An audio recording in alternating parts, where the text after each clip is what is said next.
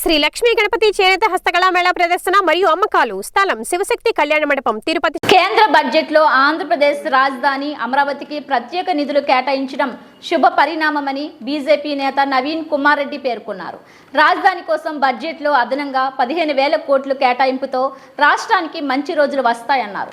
రాయలసీమ, ఉత్తరాంధ్ర, ప్రకాశం జిల్లాలకు నిధులు కేటాయింపుతో రాష్ట్రం అగ్రగామిగా నిలుస్తుందని నవీన్ కుమార్ రెడ్డి ఆకాంక్షించారు. పెట్టడం జరిగింది. అందులో భాగంగా నిర్మలా సీతారామన్ గారు ఆర్థిక శాఖ మంత్రిగా 7వ బడ్జెట్ ని ప్రవేశపెడుతున్నారు. అందులో ప్రధానంగా ఆంధ్రప్రదేశ్ కి సంబంధించినటువంటి రాజధాని నిర్మాణానికి లైన్ క్లియర్ అయిపోయిందని చెప్పుకోవాలి.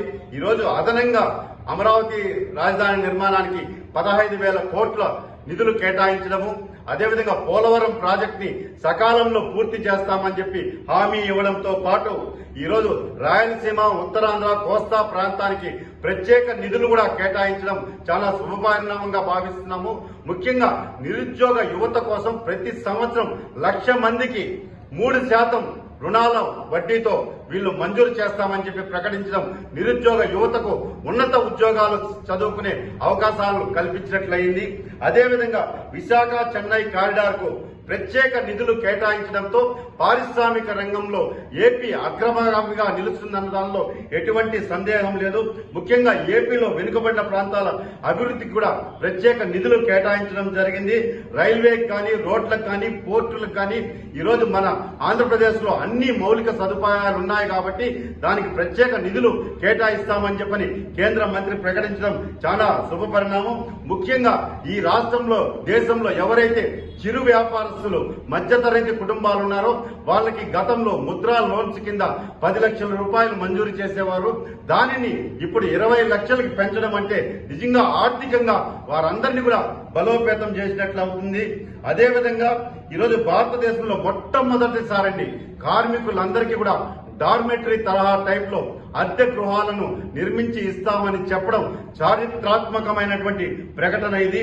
ఈ రోజు ముఖ్యమంత్రిగా చంద్రబాబు నాయుడు గారు, కేంద్ర మంత్రులంతా కూడా ఈరోజు ఎవరైతే రాష్ట్రం నుంచి ప్రాతినిధ్యం వహిస్తున్నారో వాళ్ళందరూ కూడా ఎన్డీఏ కూటమిలో చేరడంతో ఏపీకి మహర్దశ ప్రారంభమైంది.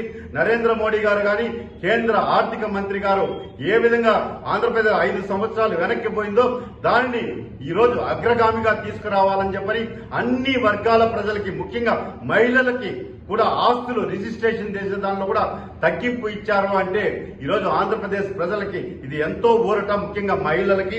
అదేవిధంగా ఈరోజు కేంద్ర ప్రభుత్వం ఏపీ పునర్విభజన చట్టానికి కట్టుబడి పోలవరం ప్రాజెక్టుతో పాటు రాష్ట్ర రాజధాని అమరావతికి కూడా ప్రత్యేక నిధులు కేటాయించడంతో రాష్ట్రం అన్ని విధాలుగా విద్యాపరంగా, వైద్యపరంగా, పారిశ్రామిక రంగంలో అభివృద్ధి చెందుతుంది. నిరుద్యోగ యువతకు ఉద్యోగ అవకాశాలు వచ్చేదానికి, పెట్టుబడులు పెట్టేదానికి, పారిశ్రామిక రంగానికి కూడా ఈరోజు కేంద్ర ప్రభుత్వం చేయూతనిచ్చే విధంగా ఈరోజు కేంద్ర బడ్జెట్ లో సంపూర్ణ సహకారం అందించినందుకు శ్రీ నరేంద్ర మోడీ గారికి, అదేవిధంగా ఆర్థిక శాఖ మంత్రి శ్రీ నిర్మలా సీతారామన్ గారికి ఆంధ్రప్రదేశ్ ప్రజల తరపున మనస్ఫూర్తిగా